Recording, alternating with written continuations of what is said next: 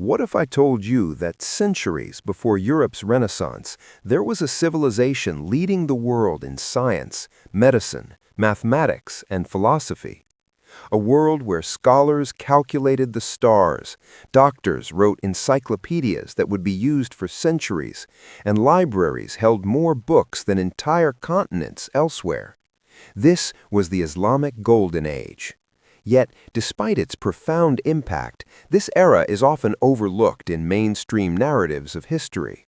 So what exactly was this Golden Age? How did it rise? What did it achieve? And perhaps most importantly, why did it decline? In this video, we'll explore its story step by step, from its origins to its peak to its lasting legacy. To understand this remarkable period, we need to begin in the 7th century.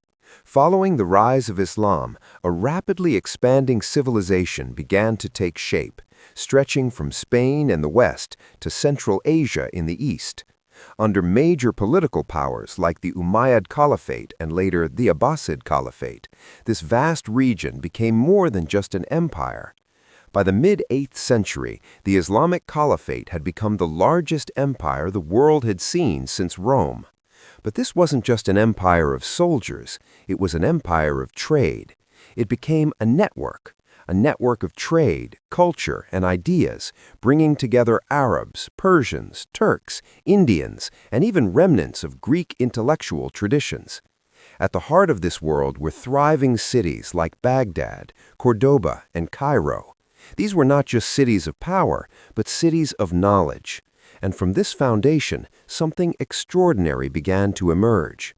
A merchant could travel from Cordoba in Spain to Samarkand in Uzbekistan under one law, one currency, and one language, Arabic. This Arabic-speaking world became the Internet of the medieval era. It allowed a Persian philosopher to read the works of a Greek mathematician, translated by a Syrian Christian, funded by a Muslim ruler. It was a massive, diverse melting pot of Arabs, Persians, Turks, Indians, and Greeks. As this civilization grew, so did its appetite for knowledge. In Baghdad, a remarkable institution was established, the House of Wisdom, or Beit al-Hikmah. It was more than a library, it was a center of translation, research, and intellectual collaboration. Think of it as the world's first international research university. Scholars were sent across the known world to find every scrap of knowledge left behind by the ancients. Here, scholars translated works from Greek, Persian, and Indian traditions into Arabic, preserving the ideas of thinkers like Aristotle and Plato. But they didn't just preserve knowledge, they expanded it. With the introduction of paper-making technology from China, books became more accessible, and learning began to spread at an unprecedented scale. Baghdad soon became one of the greatest intellectual hubs the world had ever seen. And from this foundation, a wave of innovation followed. What came next was not just preservation, but transformation. In mathematics, scholars like al-Khwarizmi developed the foundations of algebra, a system that would shape modern mathematics. In medicine, Ibn Sina wrote the Canon of Medicine, a text that would be used in universities for centuries. Hospitals were established, surgical techniques advanced, and medical ethics were discussed in ways far ahead of their time. In astronomy, scholars built observatories, mapped the stars, and refined the understanding of planetary motion. In physics, Ibn al-Haytham laid the groundwork for the scientific method through his work on optics and experimentation. And in engineering, intricate machines, water clocks, and early mechanical devices hinted at technologies far ahead of their time. This was a civilization not just absorbing knowledge, but actively reshaping it. There is a common misconception that religion and science are always at odds, but in this era, the two were often inseparable. Beyond science, something deeper was happening, a philosophical conversation. Thinkers like Al-Farabi and Ibn Rushd began engaging with ancient Greek philosophy. They asked difficult questions. What is the relationship between reason and revelation? Can philosophy and faith coexist? Different schools of thought emerged, some emphasizing rational inquiry, others prioritizing tradition. These debates didn't weaken the civilization, they enriched it.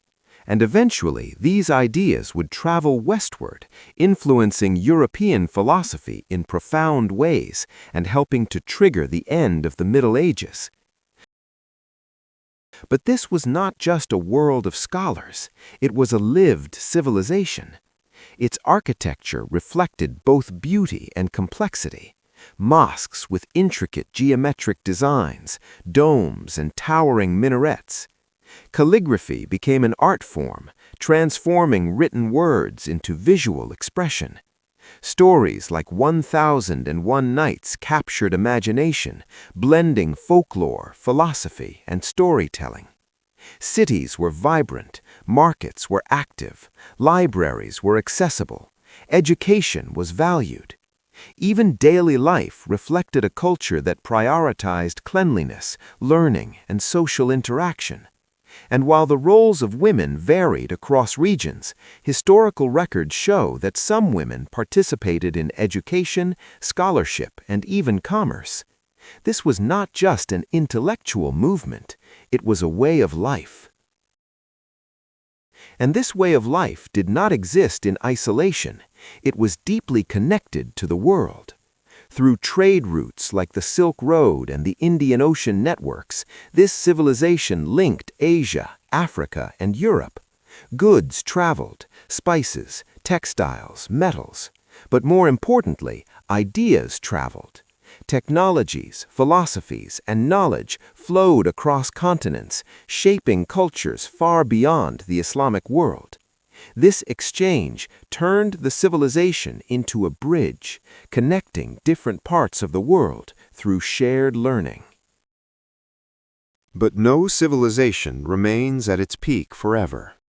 Over time, the Islamic Golden Age began to decline, not suddenly, but gradually. Internal political divisions weakened centralized power. Economic shifts began to redirect global trade routes, and external pressures, most notably the Mongol sack of Baghdad, dealt devastating blows to major centers of knowledge. The causes of intellectual decline are still debated by historians, but what is clear is this: the fall was not caused by a single event. It was a complex, multi-layered process. Yet even in decline, its impact did not disappear. The knowledge developed during this period was transmitted to Europe, helping spark the Renaissance. Concepts in science, medicine, and mathematics were built upon. Even words we use today, like algebra, algorithm, zenith, trace their origins back to this era. The foundations of modern universities, research methods, and intellectual inquiry carry echoes of this civilization.